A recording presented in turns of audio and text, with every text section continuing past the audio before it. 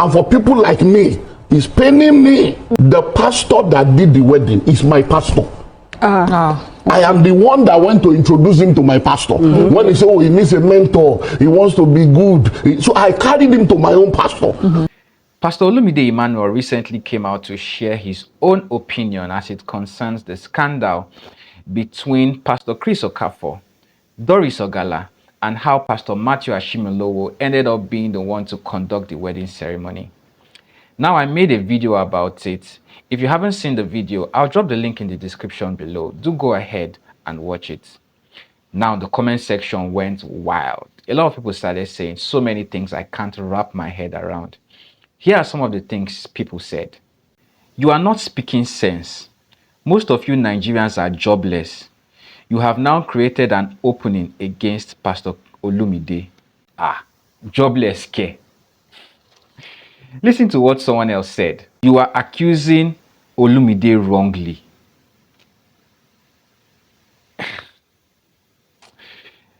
This next one just goes straight to the point. Go and sit down, my friend. The next one makes me feel somehow, and I really can't explain it. You are just defensive here because you are side with Pastor Chris. Now, of everything that I will do, I will definitely not side with sin and immorality. So we're going to listen and dissect some of the things that Pastor Olumide said, if perhaps we might be able to come to a common understanding as it concerns the meaning and interpretations of the things that he said. Let's take a look at this. The pastor that did the wedding is my pastor. I am the one that went to introduce him to my pastor. Now, who asked for this information? How does this information you have given add to the subject matter on ground? Telling us that you are the one who introduced Pastor Chris to Pastor Matthew Ashimolowo. Okay, some people must have sent you messages or called you like you said. But the larger population don't know. And honestly, this information that you have given neither adds nor subtract. It is of no use to me, in my own opinion. It is of no use to the subject matter on ground. Let's focus on the sin and the consequences, not who introduced who to who. It sounds more personal to me, my own opinion. Let's move ahead. When he said, oh, he needs a mentor, he wants to be good. So I carried him to my own pastor. So my pastor said, and we sat down. Now, I want us to be able to read in between the lines sometimes. As much as he tries to smear the fact that Pastor Chris said, oh, he wants to be good and he needs a mentor, perhaps that could have been a point in time in the life of someone like Pastor Chris, where he reached a sudden epiphany and was really looking for change. And then he comes to meet you. And then you set up that meeting between Pastor Chris and Pastor Matthew. Could it be that that relationship grew to what it is today, where Pastor Matthew is the one flying into the country to conduct the wedding ceremony between Pastor Chris and his wife? Hold on, guys. I'm going somewhere. That meeting or that relationship might have, I'm just saying, might have grown into what it is today, where Pastor Matthew, being a mentor to Pastor Chris, comes in to conduct the wedding ceremony. I'm going somewhere, guys. Just hold on. Let's look at the next point. And I told him, my brother, this is my pastor. We don't do evil in our lineage. So this. So now my pastor has gone to do wedding because that's what I just saw this morning. Please, is this how to talk? My pastor has gone to go and do wedding. Is this how you talk about someone you respect? Someone that you call your pastor, your mentor, or your leader? Is this how you speak about them in the open? My pastor has gone to go and do wedding. To me, it says a lot about where you place this person that you call your pastor or your mentor. To me, my opinion. Let's take a look at the next point. And I said, this guy don't marry. Just this morning. This guy don't marry. It says a lot about how you feel about Pastor Chris. No lies about it. Just this morning, body language cannot lie. So to me, it feels more personal. Because if you listen, so many eyes. Yes, he said a lot of things about, how it's how something like this shouldn't be mentioned close to a man of God. To whom much is given, much is now required. It therefore means that because you are now a man of God, because you have now been given a responsibility, there are some things that should not be named with you, and there are some things you should not get yourself involved in. We have lost our values in this country. And whether you're a man of God or a boy of God or a girl of God, what is wrong is wrong. The rest of the statement after that is filled with so many eyes, and to me it feels more like a personal thing, because of course he also mentioned how he wasn't invited to the wedding.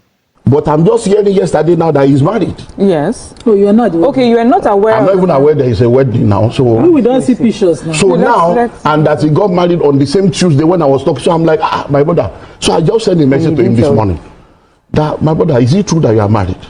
Because that means the morning you are talking to me in Canada, you were getting married the same day. And you could not even tell me, now today be wedding, you know. Because I thought that, okay, even if we are not friend, at least we know each other. Even invite me, make I say I know day. That Pastor Chris should have at least invited him so that he will now say, oh, he's not available. So these are all of the things hanging around that makes me feel that it's more personal than the act of sin itself.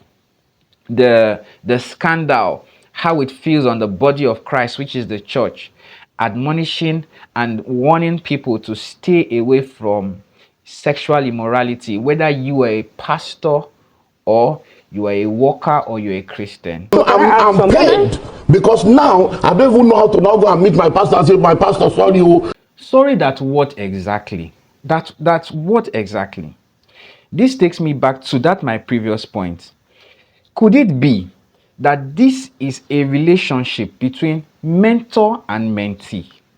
Could it be?